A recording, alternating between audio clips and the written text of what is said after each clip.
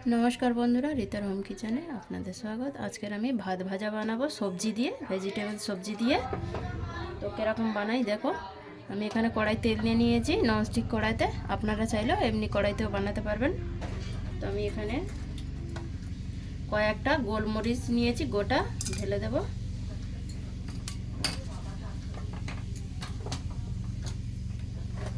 दिए देब 1 चामच गोटा जिरे।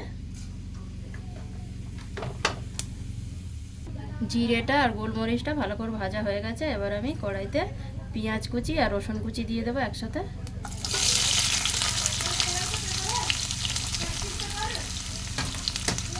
ভালো করে পেঁয়াজটা হালকা করে ভেজে নেব।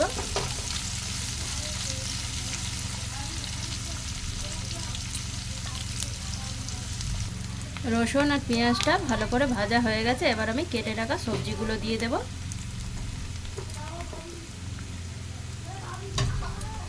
এখানে আমি কুচনো বাঁধাকপি নিয়েছি, ক্যাপসিকাম নিয়েছি আর গাজর নিয়েছি, সবগুলো একসাথে ঢেলে দেব। সব সবজিগুলো ঢেলে দিয়েছি। ওপর থেকে একটু লবণ দিয়ে দেবো হালকা করে।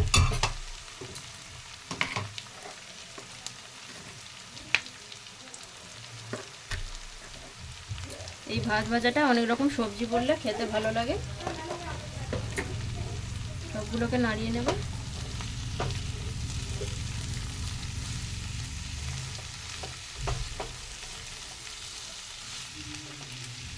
একটু ঢেকে দেব কিছুক্ষণের জন্য। বন্ধুরা সবজিটা এখানে হালকা করে ভেজে নিয়েছি। এবার আমি ওপর থেকে কেটে রাখা একটা টমেটো কুচি দিয়ে দেব।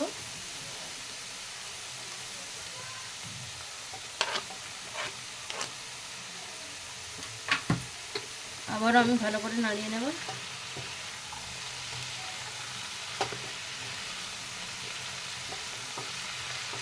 এবার আমি আর ঢাকবো না, খোলা আছে এটাকে পাকাবো।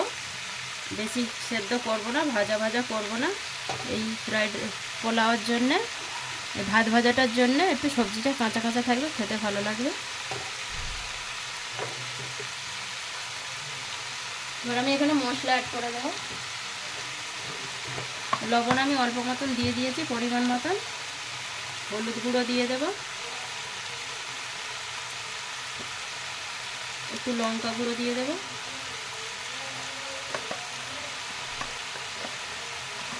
জিরে গুঁড়ো দিয়ে দেব,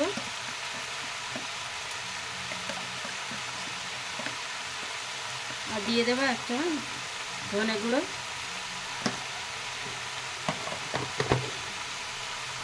সবগুলোকে ভালো করে মিশিয়ে নেব। এই ভাত ভাজাটা আমি হলুদ হলুদ বানাবো, হলুদ দিয়ে।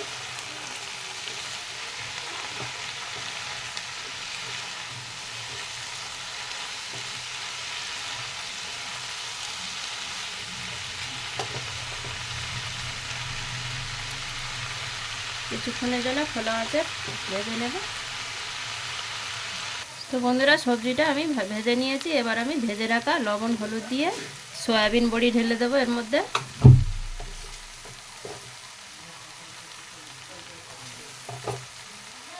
এই সয়াবিন বড়ি দিয়ে ভাত ভাজাটা খেতে খুব ভালো লাগে। সব সয়াবিনটা ঢেলে দিয়েছি। এবার ভালো করে নাড়িয়ে নেব।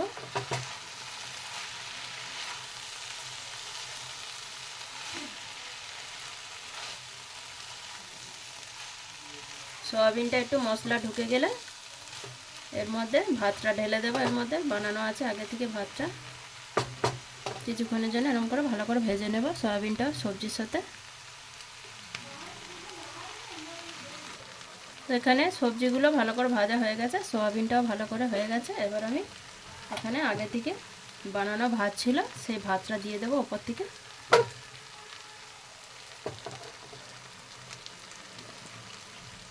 ভাত অল্প হলে চলে যাবে, সবজিটা একটু বেশি হলে ভালো লাগে খেতে এর মধ্যে। তো বন্ধুরা ভাতটা সব আমি নাড়িয়ে নিয়েছি ভালো করে। এবারে আমি পরিমাণ মতন আর একটু লবণ দিয়ে দেবো ওপর থেকে। আমি আগেও লবণ দিয়েছি সবজির সাথে, মানে লবণ দিয়ে দিলাম। দিয়ে আবার আমি ভালো করে ভাতটা নাড়িয়ে নেব। ভাতটা ভালো করে নাড়িয়ে এবার কিছুক্ষণের জন্য একটু ঢেকে দেবো, ভালো করে সেদ্ধ হয়ে যাবে।